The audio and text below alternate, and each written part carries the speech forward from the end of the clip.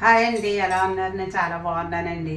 ఈరోజు మధురమ్స్ విత్ మాధురి ఛానల్లో మా వినాయక చవితి స్పెషల్గా ప్రసాదానికి నేను మామిడికాయ పిండి పులిహోర చూపిస్తున్నానండి. దానికి కావలసిన పదార్థాలు చూద్దాం రండి. ఇది బియ్యం నూక, మామిడికాయ ముక్కలు తరిగాను, తర్వాత మిక్సీ వేసుకోవాలి. అవి పచ్చిమిరపకాయ, కొంచెం టేస్ట్కి పంచదార, పసుపు, ఉప్పు, వేరుశనగగుళ్ళు, కరివేపాకు, అలాగే పోపు సామాను శనగపప్పు, మినపప్పు, ఆవాలు, ఎండుమిర్చి అండి. ఇది ఎలా తయారు చేయాలి ఏంటి అన్నది ఎంతో సులువుగా ఎలా చేసుకుని దేవుడికి నైవేద్యం పెట్టుకోవాలన్నది చెప్తాను రండి. ఇప్పుడు స్టవ్ వెలిగించి మూకుడు పెడుతున్నాను. కొద్దిగా ఇందులోను మనం ఏంటంటే పిండి ఉడికేటప్పుడు అంటుకోకుండా కొద్దిగా ఆయిల్ వేసుకోవాలి. నేను ఈ గ్లాస్ నూక తీసుకున్నానండి. ఈ గ్లాస్తో తీసుకున్నాను. అది ఇప్పుడు అంతా స్టీమ్ ఉంది కాబట్టి 1కి 2 పోసుకోండి నీళ్ళు.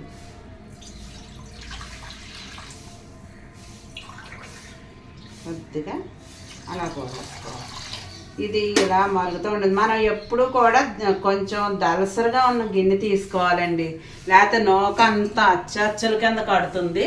అలా కాకుండా మనం దలసరిగా ఉండేలా చూసుకోవాలి. ఇప్పుడు కొంచెం నూకే చేస్తున్నాను కాబట్టి కొద్దిగా మూకుడు పెట్టాను, కానీ మీరు ఎక్కువ చేసుకునేటప్పుడు దలసరి గిన్నె మాత్రం తీసుకోండి. ఈ నీళ్ళు మరిగిన తర్వాత చూపిస్తాను. ఇదిగోండి, నీళ్ళు మరుగుతున్నాయి. ఇప్పుడు మనం ఉప్పు కానీ పసుపు కానీ ఏమీ వేసుకోకుండా ఉత్తి నూకే దీంట్లో మనం పోసేసుకోవాలి. చక్కగా 1కి 2 నీళ్ళు పోసేసుకుని ఇప్పుడు దీన్ని ఇలా మూత పెట్టేద్దాం. తర్వాత నేను ఇది మామిడికాయ ముక్కలు మిక్సీ వేస్తాను. ఆ మిక్సీ వేసిన తర్వాత ఉప్పు అవన్నీ కూడా నేను వేస్తాను. అందులోను ఉప్పు, పంచదార అన్నీ వేసేసి తర్వాత ఇది దగ్గర పడిన తర్వాత ఎలా మగ్గింది ఏంటి అన్నీ కూడా చూద్దాం. ఒక్కసారి కలిపేసి మూత పెట్టేస్తాను. చక్కగా పొత్తులో ఉడికిపోతుందండి. ఇదే కొలత. అందులో ఇప్పుడు ఈ లలిత బ్రాండ్ రవ్వ అవన్నీ కదా, పొడి పొడిగా చాలా బాగా వస్తుంది నూక కూడాను. నేను ఇది మిక్సీ చేసి మీకు అది దగ్గర పడిన తర్వాత మగ్గిన తర్వాత నేను చూపిస్తాను. ఇదిగోండి, ఇది మిక్సీ చేశాను మామిడికాయ ముక్కల్ని. అలాగే ఇప్పుడు ఇది ఎలా ఉడికిందో చూద్దాం. చింతపండుతో కూడా చేసుకోవచ్చండి. చింతపండు, మామిడికాయ, నిమ్మకాయ, దబ్బకాయ రకరకాలుగా చేసుకోవచ్చు ఈ నూక పులిహోరని. చక్కగా ఉడికిపోయింది పొత్తులాగా. దీన్ని ఇప్పుడు పక్కన పెట్టి తర్వాత ఒక బౌల్లో తీస్తాను కొంచెం మగ్గిన తర్వాత. ఈ లోపుగా స్టవ్ వెలిగించి పోపుకి ఏం కావాలో మనం వేసేసుకుందాం. కొద్దిగా ఆయిల్ ఈ బేసిన్లోకి తీస్తానండి నేను. కొంచెం ఆయిల్ కూడా వేసుకుని మామూలు పులిహోరలాగా 2 పచ్చి కరివేపాకు కూడా ఇందులో వేసుకోండి. తర్వాత ఇందులో ఆయిల్ వేసుకుని వినాయక చవితి చాలామంది సాయంత్రం ప్రసాదాలు ఇస్తారు వినాయకుడికి. ఆ టైంలో ఈ విధంగా చేసుకోవచ్చు. ఎందుకంటే కొంతమంది మేము బియ్యంతో చేసిన అన్నం అయిపోతుంది మేము తినమని అంటారు. ఆ టైంలో మనం ఇలా పులిహోర చేసుకుంటే అందరూ తింటారనమాట. ఫస్ట్ ఆవాలు వేసాయి. ఆవాలు, ఎండుమిరపకాయలు,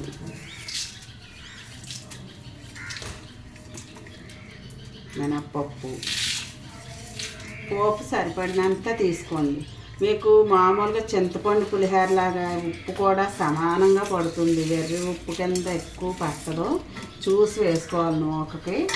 అలాగే ఇది సన్నగా మనం వేయించుకోవాలి. ఇప్పుడు కొద్దిగా వేగిన తర్వాత ఇంగువ, పచ్చిమిరపకాయలు, వేరుశనగగుళ్ళు కూడా వేసుకోవాలి. ఇది ప్రసాదానికి 9 రోజులు ఎవరన్నా అందరూ ఏదో ఒక ప్రసాదం దేవుడికి చేసి పెట్టుకోవాలి. లేకపోతే వినాయకుడు పందిర్లు ఉంటాయి కదండి, అక్కడ ఇవ్వటానికి కూడా చాలా బాగుంటుంది, చాలా రుచిగా ఉంటుంది. ఇది వరకైతే సాయంత్రం ఇప్పుడు టిఫిన్గా కూడా అందరూ తినేవారండి. ఇప్పుడు షుగర్లు వచ్చాక బియ్యం ఒక తినం అది అంటున్నారు, కానీ చాలా ఇదిగా ఉంటుంది. ఇప్పుడు అది వేగుతూ ఉంటుంది. ఈలోపు ఇది దీంట్లోకి చేసుకుందాం. చూసారా ఎంత బాగా ఉడికిందో. ఇలా పొడి పొడి పొడిగా వచ్చేస్తుందండి. అసలు మనం మూకుడుకు కూడా అంటుకోకుండా వచ్చేస్తుంది చక్కగా. అందులో ఈ నూక అనేసరికి ప్రతి ఒక్కళ్ళు విడివిడిగా ఉండేసరికి చాలా ఇష్టపడుతున్నారు. చల్లారితే అది బాగా వచ్చేస్తుంది అనమాట.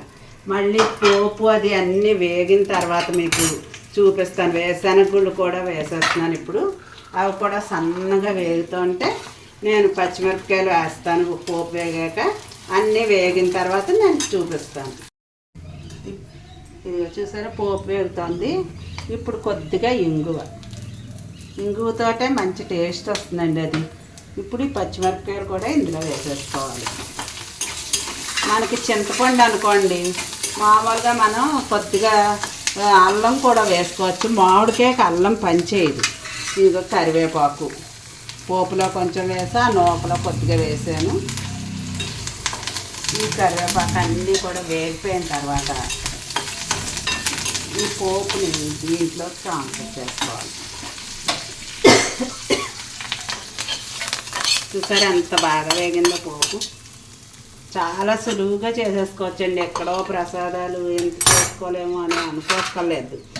ఇదిగో ఇప్పుడు సరిపడినంత ఉప్పు నేను మామిడికాయలో వేసేస్తున్నానండి.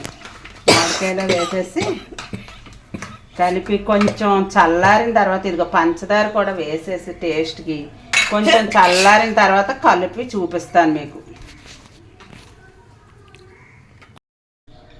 ఇదిగో చూసారా ఎంత బాగా వేగిందో పోపు. నూక కూడా విడిగా అదిగో అలాగా విడిపోయినట్టుగా వచ్చేస్తున్నాను చక్కగా కొలతల్లో అయితేను. ఇప్పుడు ఈ పోపు అంతా కలిపేసుకుని చక్కగా పసుపు కూడా ఇందులో వేసాను నూకలోను.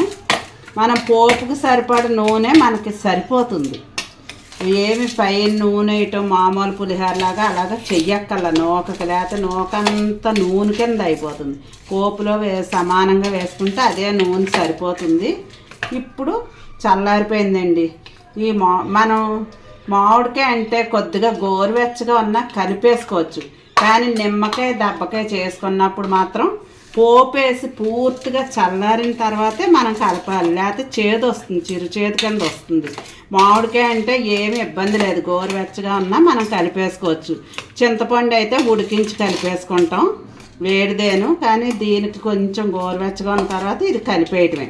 దెబ్బకాయ నిమ్మకాయ చేసేటప్పుడు మాత్రం గుర్తుపెట్టుకోండి, వేడిది దాని మీద మాత్రం మనం పిండకూడదు, రసం చేదు వచ్చేస్తుంది. మొత్తం ప్రాసెస్ అంతా ఇదే. కాకపోతే చింతపండు అని, దెబ్బకాయ అని, దీంట్లో మామిడికాయ అని రకరకాలు అనమాట. దాంట్లో వేసేది మారుతుంది కానీ నూక ఉడికించడం అంతా ప్రాసెస్ ఇదే. ఇంతేనండి, మామిడికాయ పులిహోర రెడీ అయిపోయింది. ఇదిగోండి మీ అందరి కోసం పుల్లగా కమ్మగా పోపుతో గుమగుమలాడే పచ్చిమిరపకాయ ఘాటుతోటి చక్కటి పిండి పులిహోర తయారు చేశానండి. పిండి పులిహోర అంటారు, నూక పులిహోర అంటారు, ఏదైనా ఒకటేనండి. దీంట్లో మీరు కూడా నేను చెప్పిన విధంగా తయారు చేసుకుని వినాయకుడికి నైవేద్యం పెట్టుకుని, అలాగే మీరు ఎక్కడన్నా పందిర్లో ప్రసాదం ఇవ్వాలంటే చేసి చక్కగా ఇవ్వండి. ఈ పక్కా కొలతలతో చాలా బాగా వస్తుందండి. పొడి పొడిగాను నేను చెప్పిన విధంగా తయారు చేసుకుని మీ అందరూ వినాయక కృపాపాత్రులకండి. ఈ మధురం స్విత్ ఛానల్ తప్పకుండా సబ్స్క్రైబ్ చేసుకోండి. Thank you very much.